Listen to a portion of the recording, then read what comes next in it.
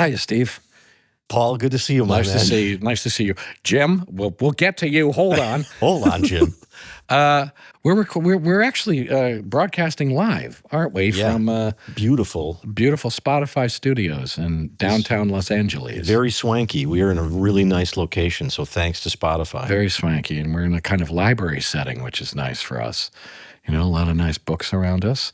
You can find us on Spotify, right? Yes. Spotify, Apple, wherever you get your podcasts. Find we're podcasts there. From. Yeah, terrific. Well, this is nice. We really actually are in person with somebody. It's really fun. It's got a different energy. Yes. It's got a certain kind of animal energy that I can feel. That's Is that what I'm feeling? Yes. I'm feeling a certain electric animal energy. You see what you're doing to us, Jim? It's crazy. Yeah, we have a special guest. I'm very excited to have this special guest. He's a fine gentleman. He's a writer. He's written a television show. He's written on several television shows. He actually wrote one of my favorite shows of all time, which is Lodge 49. Lodge 49. A brilliant television show. He's worked on other television shows. He's written a book of short stories. Correct. Middlemen, which is yeah. great. He's hard at work on another novel, I believe. Yes, currently 12 years past deadline, so nice. Any day now. Hotly anticipated. Any day now. 12 years. Wow, that's crazy. I want to talk about that. That's wild. But anyway, Jim Gavin, welcome.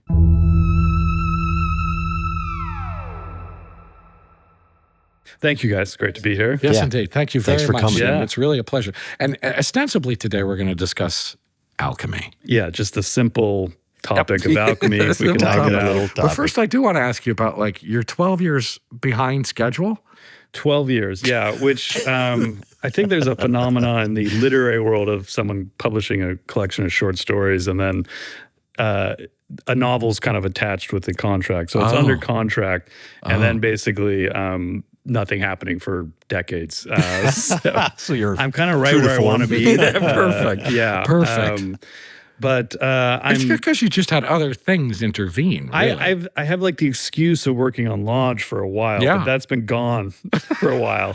But then you wrote on other things too. Yeah, so you had other things intervening. But I'm not one of these. I don't know. I'm not a masochist. If I'm not enjoying it, I just don't do it. Right. So, but I will say I think it's coming along. Yeah. So I think 2030, 31. Very good. Hotly anticipated. Yeah. But you play, it's interesting because I know if it doesn't happen very often, but I'll get attached to some project and it's and I'll be like, ooh, I can't wait to do this movie. And then if it takes a while, by the time I get to it, I'm like, I have no interest in doing this anymore. Yes. But I think that's kind of the brain and body chemistry like an actor has maybe. Yeah. Whereas I feel like a writer plays a long game.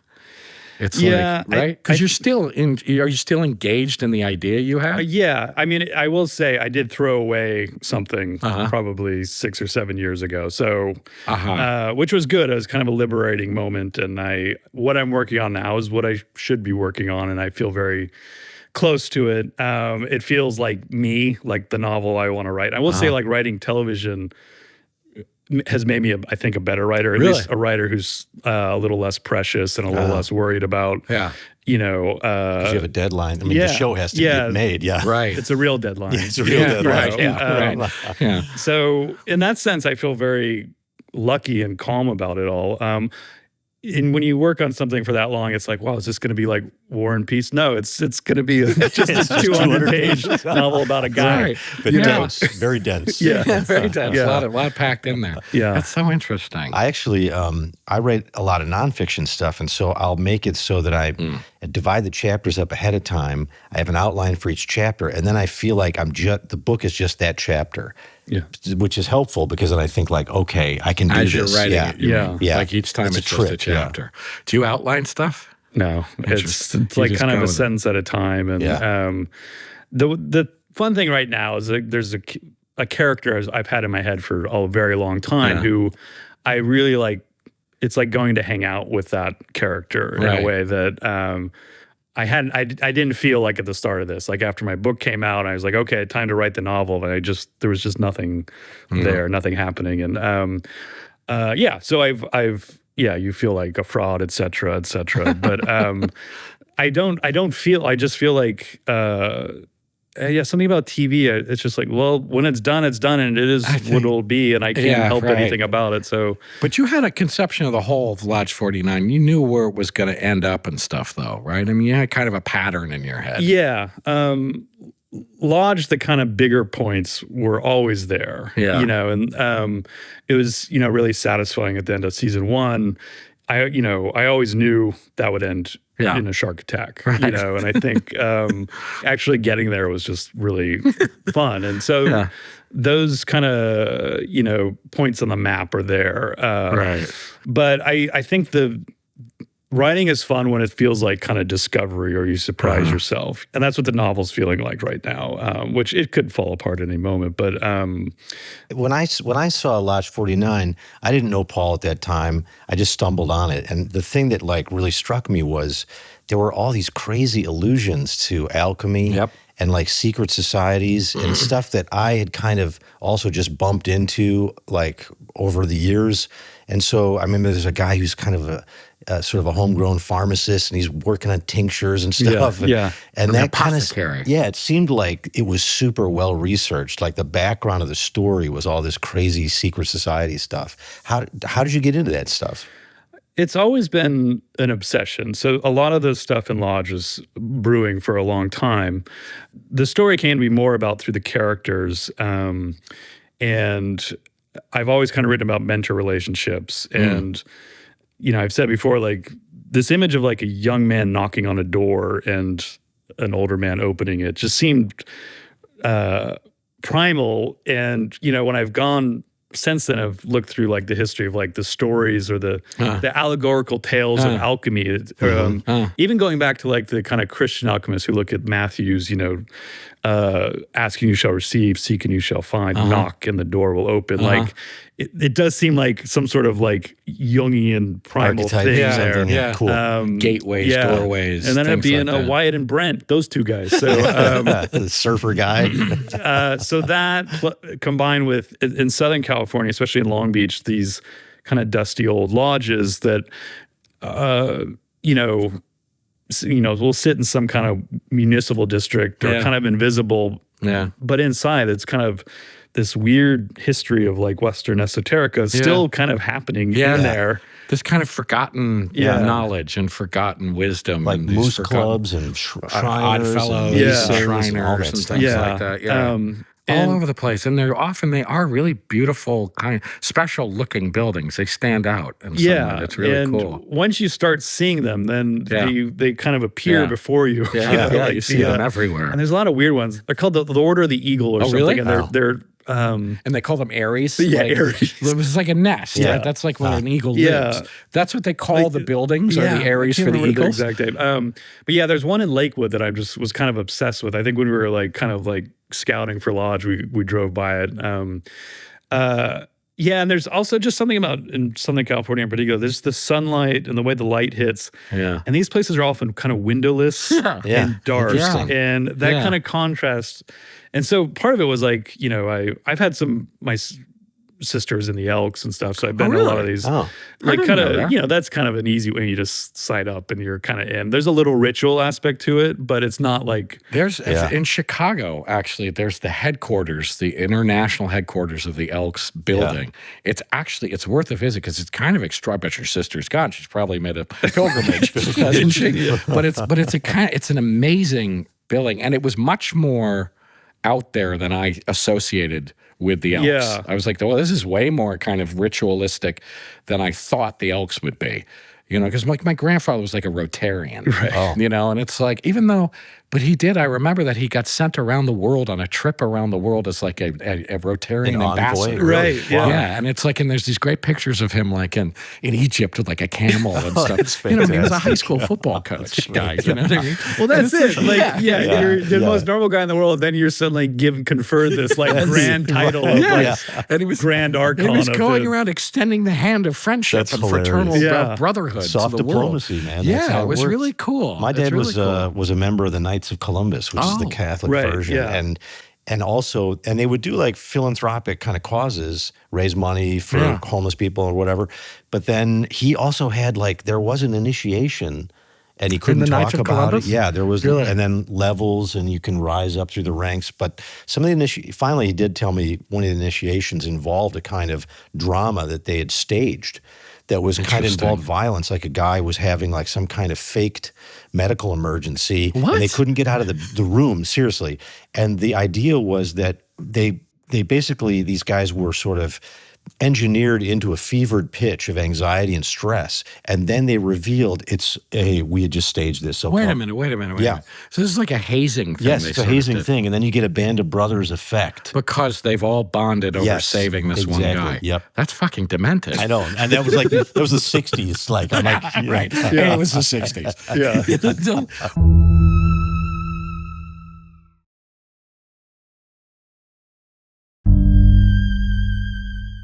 I mean, there's definitely like a kind of like symbolic violence with the Masons and Yeah. stuff. These usually get like symbolically beheaded or something in shit, that, I or don't know something. about Stuff that. of the Jacques sort. Desmoulins, and they cut, Right? Templars, there's all. Right. Is the right, the Masons like Templars. connect to the Templars? yeah. Yeah, there's, well, Jim there's Gavin, did the Masons connect to the Templars?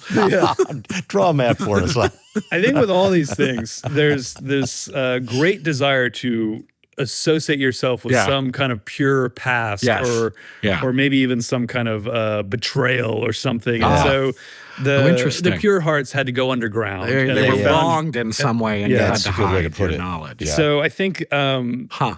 the Masons, before they became like speculative, which is kind of the more philosophical, or operational, which are basically their actual Masons, like building stuff. They even at that time, I think they would talk about the Temple of Solomon and stuff like that. Right. And I think there was some mythology and like connections to the Right. Templars. Right. But We should say something about the Templars, just for in case people don't know. I think the Templars were like a group of Catholics who were supposed to be helping people who wanted to go to the Holy Land get there from Europe. Right. And but they got so big as a militia force that They the were a Pope was military like, religious yeah, order. they're like, Yeah. we got to get Yeah. rid of these guys eventually. or That's what something, happened. right? Was that? yeah, and eventually they became got to, the first bankers of Europe, That's because they would right. basically protect the wealth of crusaders, or coming like. Well, they became very They powerful were in financing the Crusades Yeah. and stuff like that, and then they got too big for their britches. yeah. sort And of. so at some point, one of the popes kind of like put the kibosh. and there were on them. accusations of sort of like witchcraft and Satanism Right, and stuff like yeah. that, Yeah. right? And unnatural relations between the guys, Yeah. and stuff like that. So they were all sort of burned at the stake and persecuted and Yeah, stuff, and right? famously, the Jacques Desmoulins was the last leader of the Templars who. And does that then tie into the whole bloodline of the Christ? Right. This is a whole separate. Yes. Jim, you're a novelist. Tell me. Sangrail. The Sangrail, Yeah. right?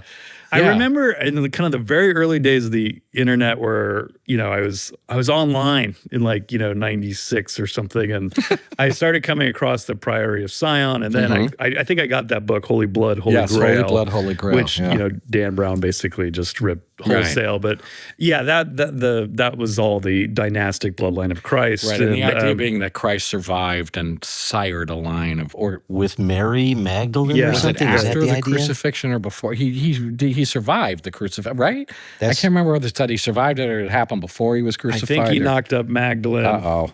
then left town. Yeah. Okay. By which I mean ascending to heaven. Yes, exactly. And then, Mary came to Europe, and I don't know. This No, is- that gets yeah. really Joseph of Arimathea. Yeah. There's all that stuff. Yeah. And like, yeah. And and I guess the idea is that the sort of paranoid conspiracy is that that's the true church still alive in some way, Right. underground, and that the official church we see is a kind of masquerade or and is it an enemy of the true church, or it's just like a cover for this underground church? Jim? Yeah, Jim? I don't make me watch the Da Vinci Code again. Which the only memory I have of watching that is Tom Hanks and I think Audrey Tautou, they're running from someone and they run out of some museum and they get into, at the time, was just the most shockingly small car I've ever seen. And I just started laughing because like, that's my tiny Peugeot or something. Yeah, it was just so small. They're like driving away. But I just remember Hanks has a funny hair in that movie. Yeah, that's all I remember. Hair. Yeah, he's got like scholar hair, I guess. I don't know. It's like he's got an odd hairpiece on the back of his head. I don't think scholars have hair like that. No? Well, looking at you. You got a pretty nice head of hair, Steve. And then the Masons are related to the Templars, or they're parallel. This is similar sort of narrative, or what is it with the Masons? Yeah, this is a tough. I think we're throwing some horrible questions. Jim Gavin here. I might just subtly steer this back towards the Rosicrucians. Oh, I feel a little nice more move. Wow, I didn't see that coming. No, let's do it. But here we go. I think for me, like with Lodge, alchemy became the kind of central metaphor for it. We can kind of talk about the like. Great. But I think historically, there was just this moment where the Masons were a real like workers guild that had some kind of interesting kind of like mythologized history and some initiation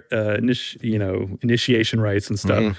But when all the Rosicrucianism started coming from Germany over, it somehow twisted into something else. Like the more philosophical part of became Masonry, essentially. I think Elias Ashmole was the Ashmole Museum. I think was one of the first non like working Masons to be initiated. It became a kind of like some elite thing too. Kind of more like educated and aristocratic guys started doing it. It became more. The thing, because you brought up the tour of friendship, and one of the things with Lodge for me was that the word occult just has a naturally sinister connotation to us. And when all the stuff I was reading about Lodge was how most of these guys were kind of reformers searching for knowledge. Some of them were foolishly searching for,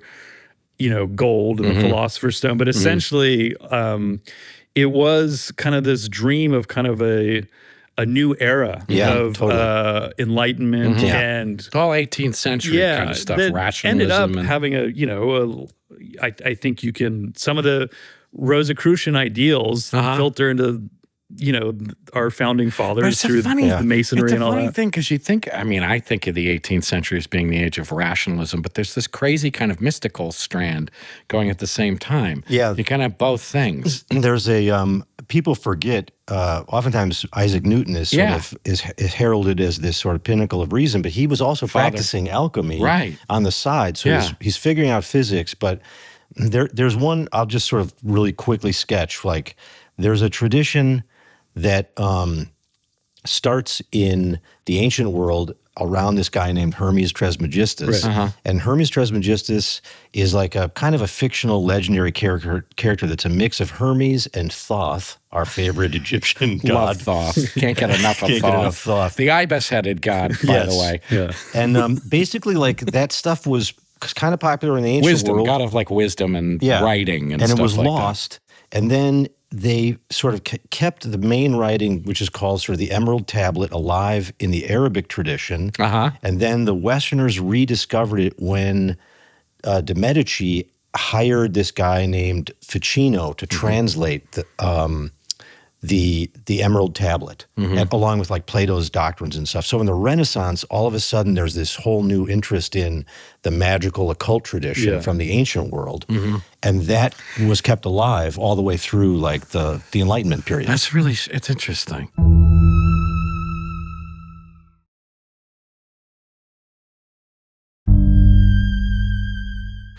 And alchemy, was it something that the Greeks or Romans or Egyptians, was the idea of like transmuting, a base metal to gold, did that exist that long ago? In the Emerald Tablet, which is a Hellenic period document. Greek. There's reference to this Philosopher's Stone as something that would be used as a catalyst to turn base metals into gold.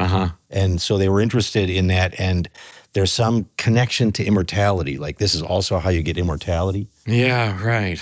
Yeah, I think, there's a lot of different, there's a Chinese version of alchemy and Arabic. Taoist and, kind of Chinese thing. So it is, in a sense, kind of universal in the same way that the kind of an obsession with gold itself is somehow a universal human kind of desire. And yeah, well, I guess there's the philosophy, then there's the actual practical there's science, the chemical one. science of It's it. like there's two strands to it, kind of. Yeah. That's hard to tell how one from the other in some ways, right? Yeah, and I think in the kind of more modern-ish era, the guy is Paracelsus. Everything kind of comes from him. He was born like at the end of the 15th century, then lived Theophrastus Bombastus von Hohenheim or something like that, right? Did I get his name right? Something like, and they called himself Paracelsus, right? Or he was called Paracelsus. And he was just this wandering crazy man who...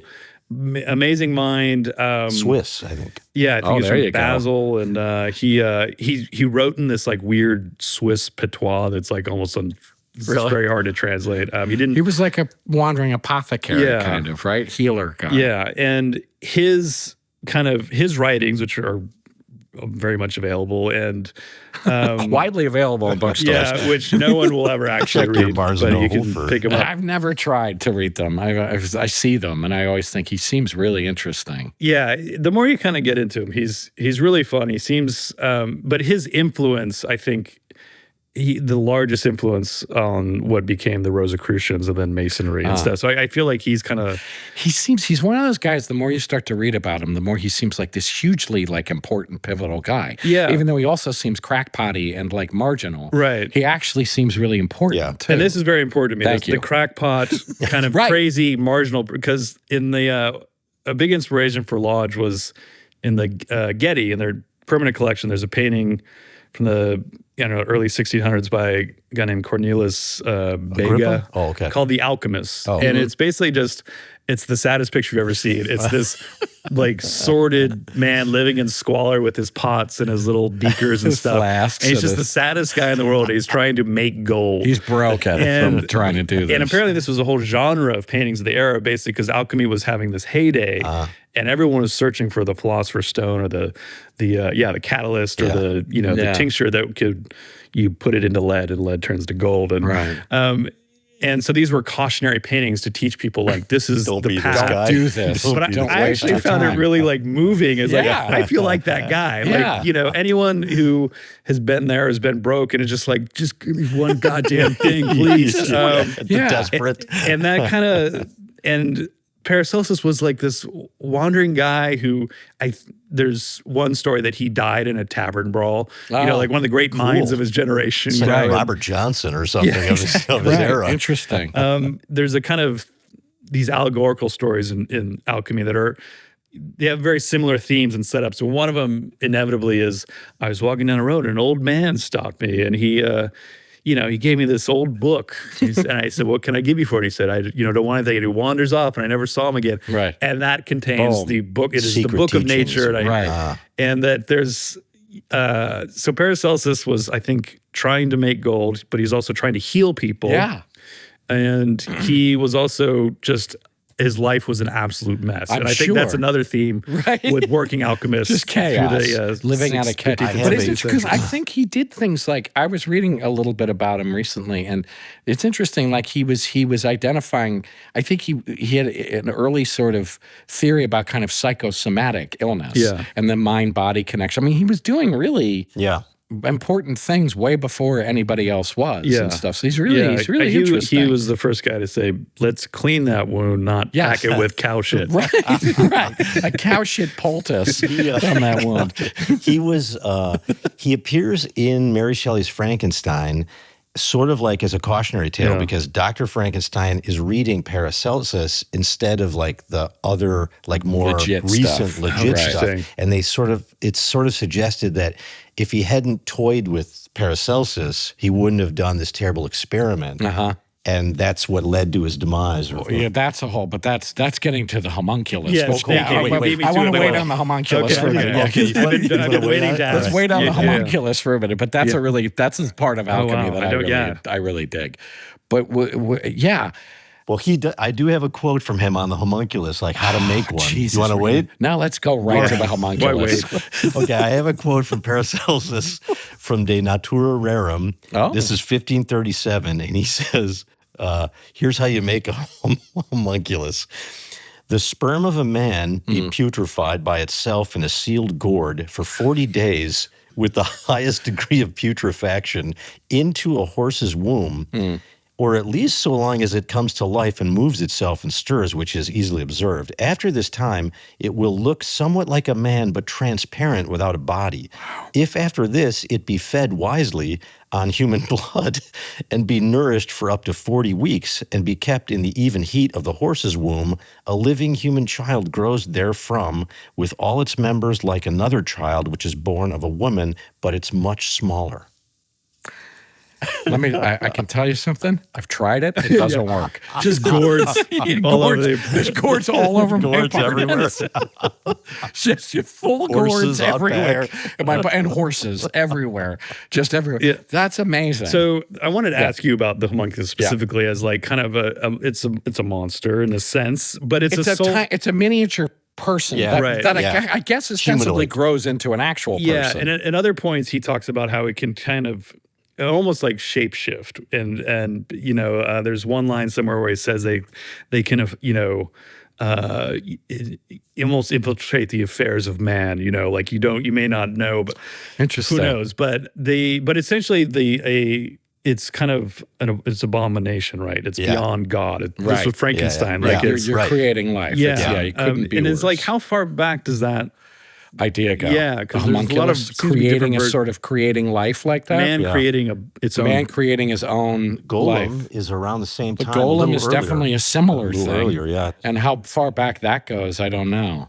But sort of man creating life like that, how far back? I don't know. Yeah. I wonder if that goes, if the Greeks or the Romans have anything like that, or there must be. Also, maybe Paracelsus was just really lonely. And because it's about making a person without a woman. That's a good point. Is the homunculus thing, is that an idea that comes along in the Renaissance and stuff like that? So maybe it doesn't exist particularly before then.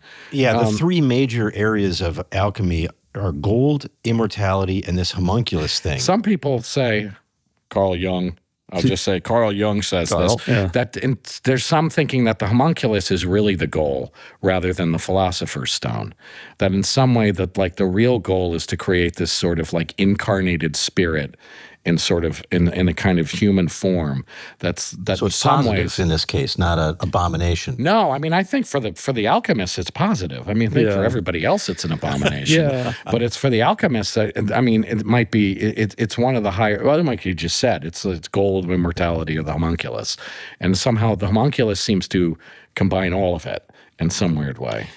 Which would make, Jung would look at all of alchemy as kind of like as metaphor, right? Yeah. As you know, the images, the formulas, all this stuff is not about actually making gold or making a homunculus. That it's the distilling some kind of essence of yourself. Yeah.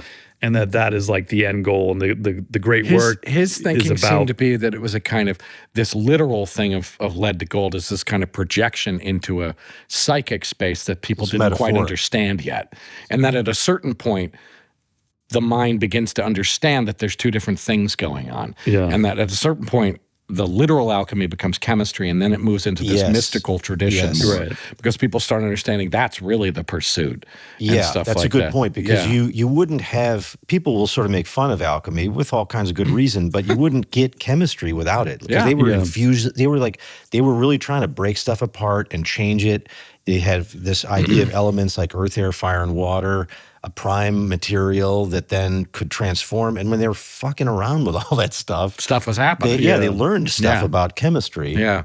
Amazing. Well, thank you, Jim. Jesus, it's really Jim. been fun, man. It's so crazy, all that stuff, the symbolism. We'll do round two. Yeah, we should do round two. Yeah, we should definitely do round two. Yeah, thank you, guys. What a treat.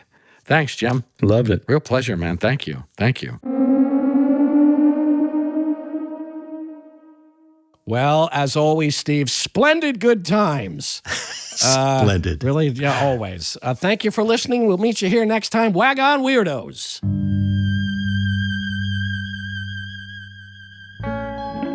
Chinwag is a production of Treefort Media and Touchy Feely Films, hosted and executive produced by Paul Giamatti and Stephen Asma. Executive producers for Treefort are Kelly Garner and Lisa Ammerman.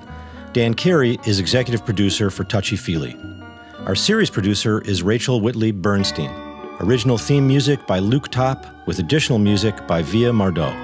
Oscar Guido is our executive in charge of production. Tom Monahan is head of audio for Treefort. Audio production supervision by Jared Brom and Matt Dyson. Editing and mixing by Jared Brom. Animation created by Alex Sokol. Research assistance by Aidan Brooks. Lastly, for more information, go to chinwagpod.fm and find us on Instagram or TikTok at chinwagpod or on Twitter at chinwag_pod.